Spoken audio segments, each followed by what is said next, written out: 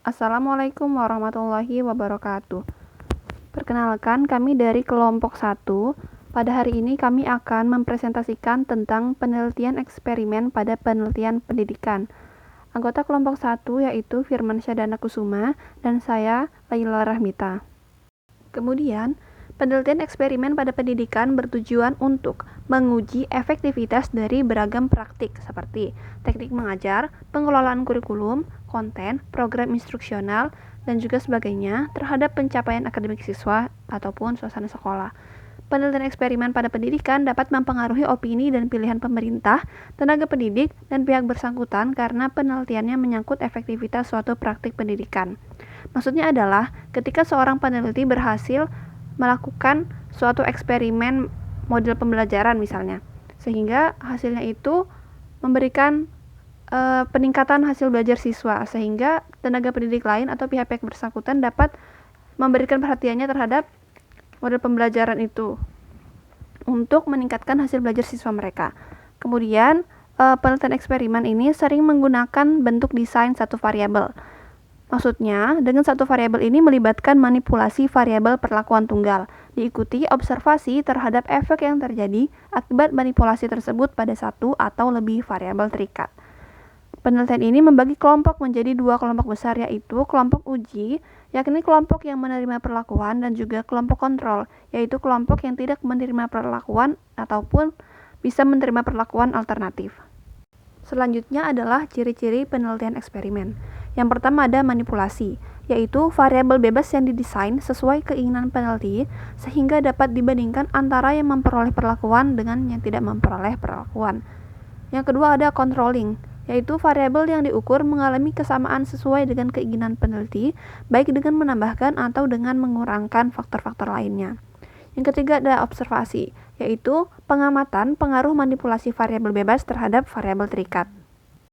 Kemudian, variabel-variabel dalam penelitian eksperimen. Yang pertama ada variabel bebas, yaitu variabel yang dimanipulasi atau variabel yang diubah-ubah. Variabel ini disebut juga sebagai variabel manipulasi, variabel eksperimental, variabel perlakuan ataupun intervensi. Yang kedua ada variabel terikat. Variabel terikat ini atau variabel kriteria merupakan variabel yang diamati atau diukur untuk menentukan efek perlakuan eksperimen. Maksudnya adalah untuk menentukan efek variabel bebas tadi diukur dengan melihat variabel terikatnya. Baik, yang selanjutnya adalah variabel kontrol, moderator, dan intervening. Nah, variabel kontrol ini adalah variabel yang dikendalikan oleh peneliti agar sifatnya nanti tetap netral dalam penelitian. Jadi, variabel ini tidak akan menyebabkan adanya hubungan atau faktor baru yang dapat mempengaruhi baik variabel bebas ataupun variabel terikat ataupun hubungan di antara keduanya, seperti itu. Kemudian variabel selanjutnya adalah variabel moderator. Variabel moderator ini merupakan suatu variabel yang mempengaruhi hubungan variabel bebas dengan variabel terikat yang nantinya akan menjadi lebih kuat ataupun menjadi lebih lemah. Jadi variabel moderator ini dapat memperkuat hubungan dari variabel bebas dengan variabel terikat ataupun dapat melemahkan hubungan antara variabel bebas dengan variabel terikat, seperti itu. Dan yang terakhir adalah variabel intervening. Di sini ia adalah variabel yang mempengaruhi hubungan variabel bebas dan terikat, namun tidak dapat diamati secara langsung ataupun diukur karena nilainya yang terus berubah atau tidak pasti seperti itu. Lalu yang selanjutnya adalah contoh variabel penelitian eksperimen pada pendidikan. Tadi kan sudah disebutkan variabel-variabelnya, yaitu variabel bebas, terikat, kontrol, moderator, dan intervening. Nah, di sini kami memberikan contohnya dengan topik penelitian yaitu pengaruh penggunaan gawai dan internet dalam pembelajaran terhadap hasil belajar siswa. Nah, di sini variabel bebasnya adalah penggunaan gawai dan internet tadi dalam pembelajaran di kelas, seperti itu. Itu adalah variabel bebasnya. Sedangkan variabel terikatnya adalah hasil belajar dari siswa. entah nantinya berupa pretest ataupun post-test ataupun keduanya, seperti itu.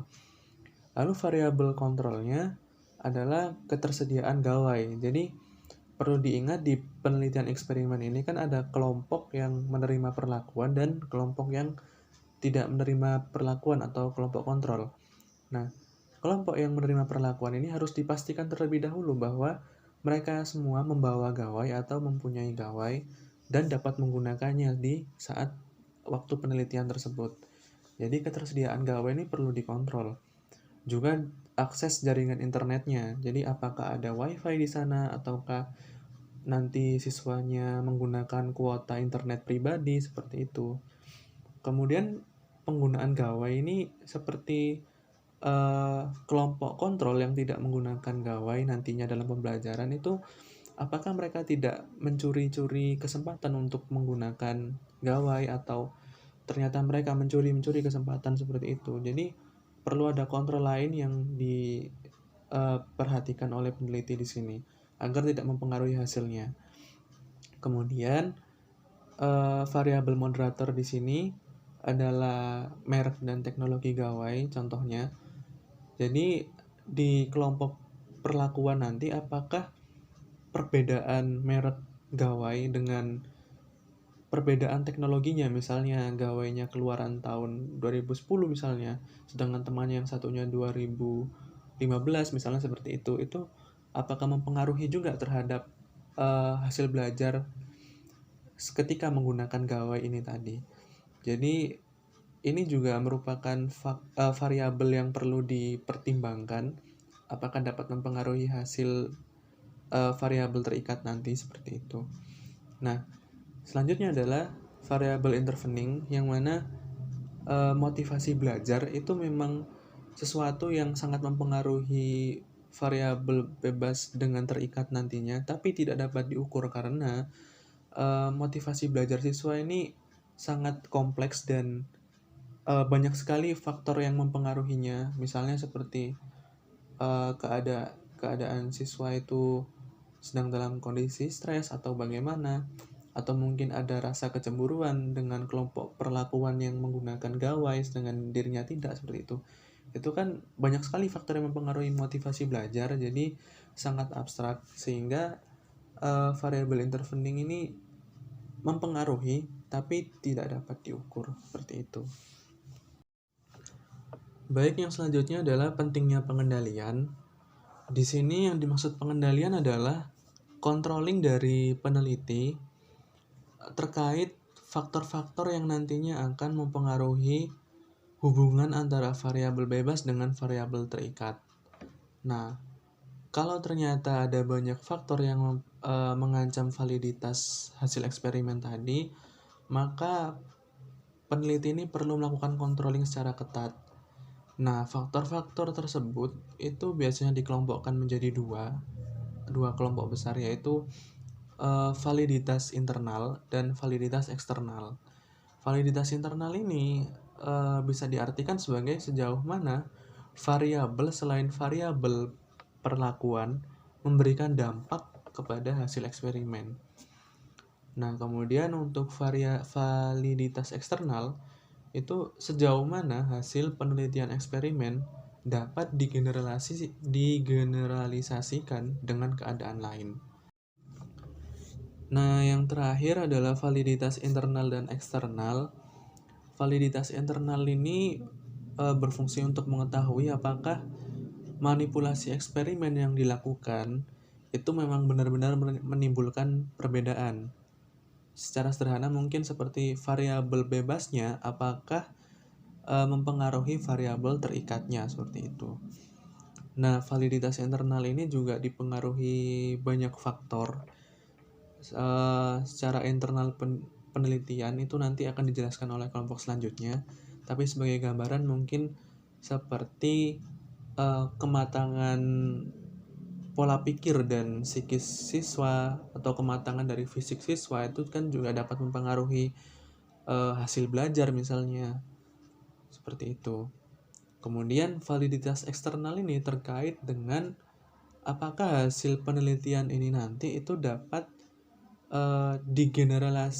digeneralisasikan pada kondisi yang lain gitu, kondisi yang serupa. Misalnya pada populasi yang lebih besar begitu. Misal Anda melakukan penelitian pada suatu kelas, tiga kelas misalnya. Namun apakah penelitian ini hasilnya akan berbeda ketika nanti digunakan pada 3 angkatan misalnya, yang awalnya 3 kelas menjadi ketiga angkatan seperti itu. Atau nanti apakah penelitian ini juga akan berbeda hasilnya jika berada di semester yang berbeda. Misalnya Anda melakukan penelitian pada semester 1, kemudian mencoba lagi ulang dengan konsep penelitian yang sama di semester 2 seperti itu. Jadi ini adalah validitas internal dan eksternal. Nanti akan dijelaskan lebih lanjut oleh kelompok berikutnya. Baik, sekian dari kami kelompok 1. Itu yang dapat kami sampaikan, itu yang terbaik dari kami. Semoga bermanfaat ilmunya. Diskusi dilanjut di grup WhatsApp. Jangan lupa like dan komen teman-teman. Terima kasih sekali lagi. Wassalamualaikum warahmatullahi wabarakatuh.